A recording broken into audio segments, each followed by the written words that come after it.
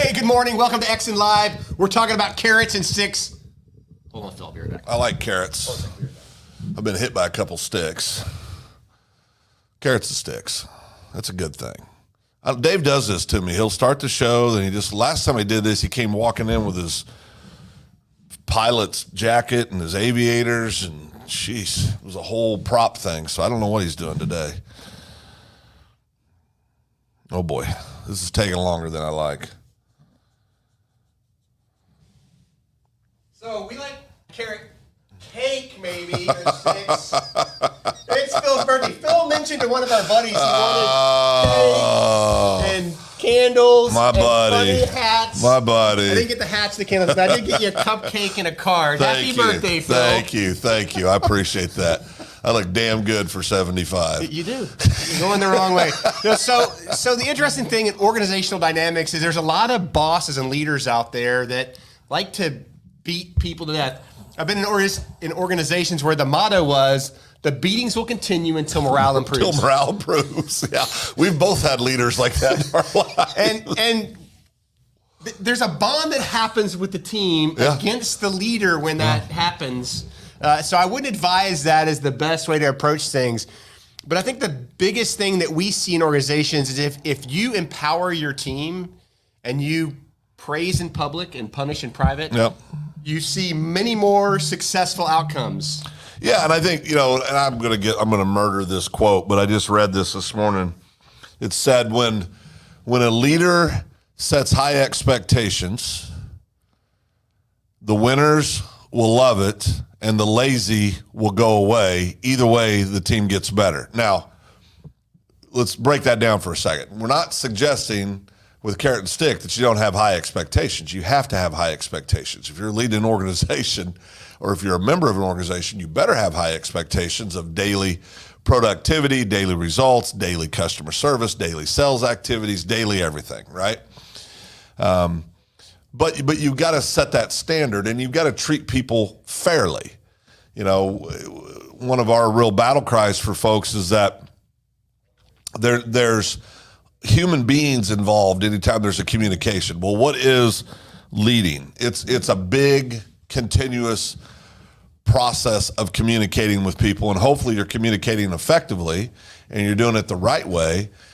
Where there is, to Dave said, there's praise in public, training, counsel, all the things that need to be, that aren't working well, you do that in private. One of the things that always makes Dave and I cringe with clients, especially early on when we can even tell them up front, this is what you need to do.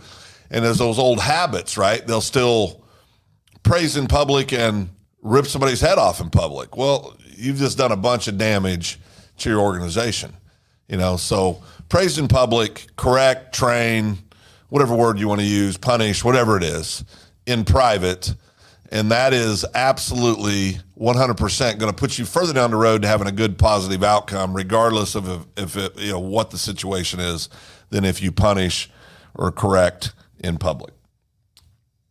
Yeah, that's a definite no-go in my opinion. Now there are team discussions that you have where the team has failed and you have to have a team discussion. Those are hard discussions. But you have to carefully walk that out, because depending on your team and how they react, it could impact your organization significantly. Well, I think one thing to remember too, when you're having those kind of conversations, I'm a big fan of old mobster movies. My favorite movie ever is The Godfather, and there's a line in there, where you don't, it's not personal, it's business.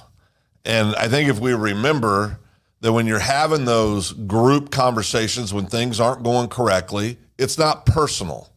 This is a business, and as long as you're professional in the way you deliver your communication to your team, you're fine. But remember, we're not talking about criticize. So this is what'll happen. A lot of times people say, well, I started out trying to correct the team in a positive way, but then Jim just kept looking at me, and Jim's the reason this is a problem, and Jim said something I didn't like, so the next thing I know, I'm telling Jim that he's failing in front of everybody. So you just got to be very careful about how you approach this, right?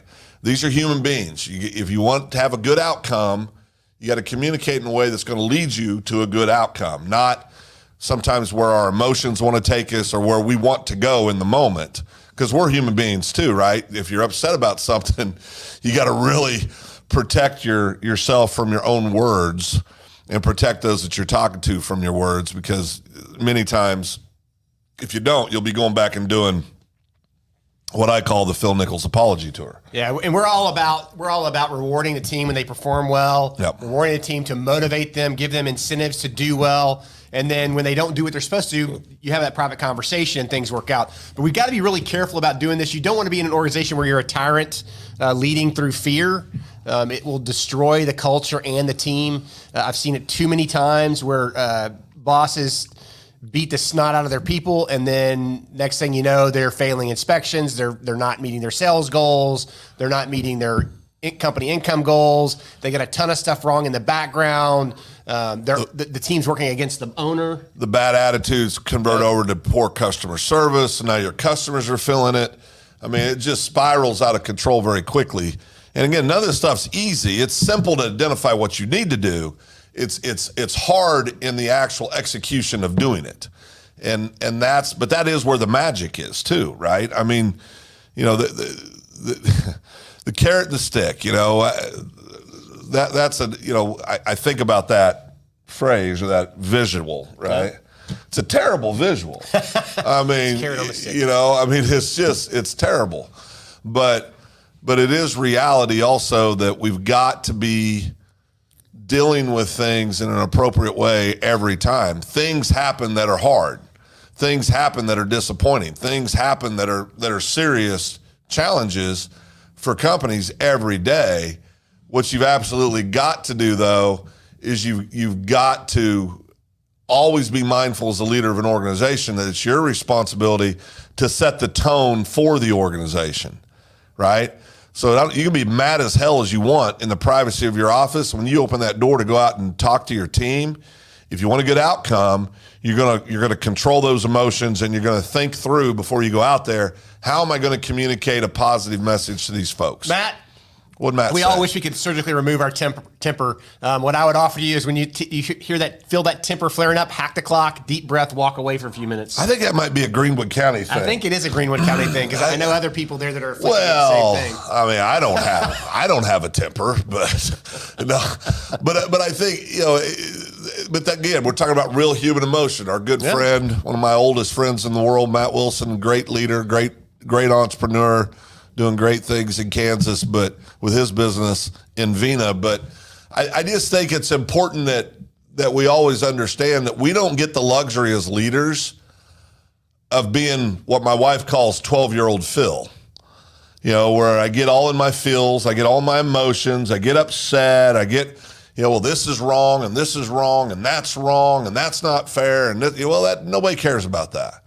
You know, if you're a leader, you got to check those things, and you've got to be on 24/7. You don't get the luxury of having a bad day. You just don't. So that's why you got to really be thoughtful in how you're going to communicate with people. It's a fact. So let's use a carrot in public. Let's use a stick in private. Let's lead great teams to great outcomes. Yeah, I mean, bottom line, if you want to have a great, healthy organization, it's all about communication. You gotta ask. What do you say? Duckness is tough. What do you say? Duckness is being a duck is tough. Being a duck is tough. There's right. no doubt, brother. There's no doubt. But just make sure that you're focused on the communication. Right. We spend a lot of time doing a lot of trainings all over the country for people on how to communicate more effectively with people and how that applies to sales organizations and how do they grow their sales and how do you improve morale? But it all comes back to remembering these are human beings. These are human interactions. Everybody comes to work every day. They got their personal stuff that they're dealing with, good and bad. So those can be distractions. Good things can be distractions just as much as bad things can be distractions, right? But they're bringing that stuff with you. So if you're not on your game, you know, you're running uphill with a 200-pound backpack before you ever get started. So carrot and a stick. I prefer a carrot. I appreciate the red velvet cake. That's going to be awesome. And the card, hopefully, is there money in here? You never know. Oh, boy. So, but I appreciate it. If I forget, I need to tell my friend Matt, happy birthday. His birthday's coming up August 20th. Well, happy early birthday, Matt. Yeah. So hopefully we'll get to tell him that on his birthday too. Well, we're going to enjoy the carrots and happy birthday. Yep. And with that, Dave and Phil, we are out of here.